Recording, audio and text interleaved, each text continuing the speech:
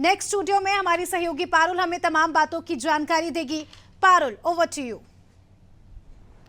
तो देखिए, छत्तीसगढ़ की 3 सीटों पर इलेक्शन है। आप जानते हैं कांकेर, राजनांदगांव, महासमुंद। इस पर सबसे ज्यादा नजर राजनांदगांव पर है, जहां पर मुख्यमंत्री भूपेश बघेल, पूर्व मुख्यमंत्री भूपेश बघेल, जो अपना विधानसभा का चुनाव भी हार गए थे, उन्हें मैदान में उतारा गया है। लेकिन इस बार वो क्या कमाल कर सकते हैं, ये देखना दिलचस्प होगा, क्योंकि कई सारे फैक्टर्स है, कई सारे मुद्दे हैं जिन पर जंग है। और इसी के साथ अगर हम भूपेश बघेल की बात करें तो पहले ही आरोपों से घिरे हुए हैं भूपेश बघेल।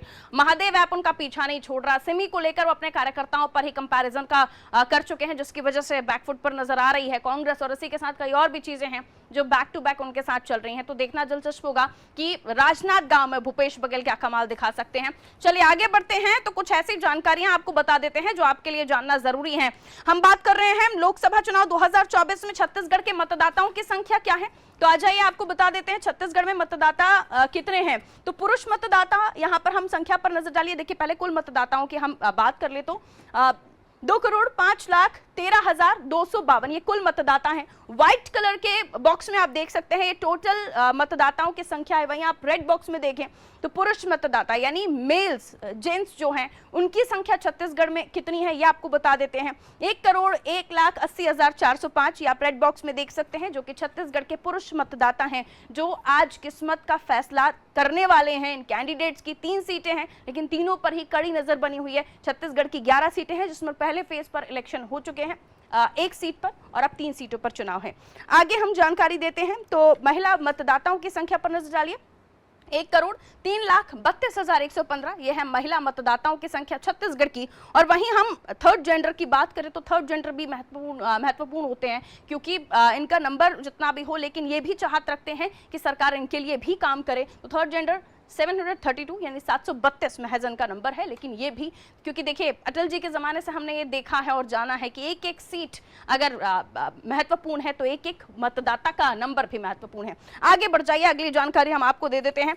तो किस सीट पर कितने मतदाता हैं ये जान लीजिए। अभी हम आपको ओवरऑल जानकारी दे रहे थे, तो किस सीट पर कितने मतदाता हैं आपको बता देते हैं।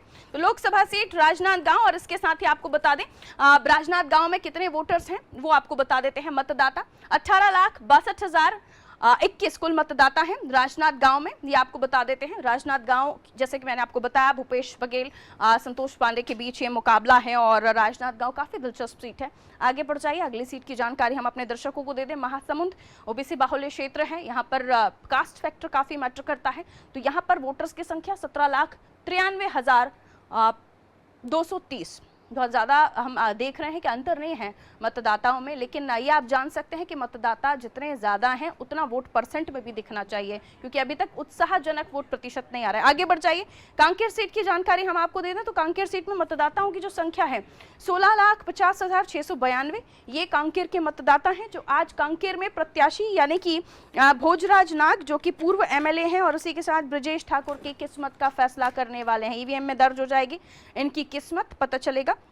आगे बढ़ जाइए, कुल सीटें कितनी हैं छत्तीसगढ़ में और अब तक कितने सीटों पर इलेक्शन हो चुके हैं वो तो हम बता ही रहे हैं, लेकिन किसके पास कितनी सीटें हैं वो आपको बता रहे हैं। देखिए, कुल 11 सीटें हैं लोकसभा के लिए। लोकसभा में अपनी 11 सीटों की हिस्सेदारी छत्तीसगढ़ रखता है।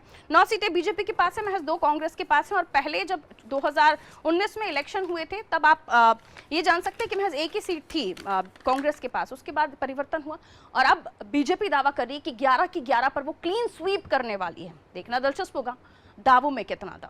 Over to you Asmita.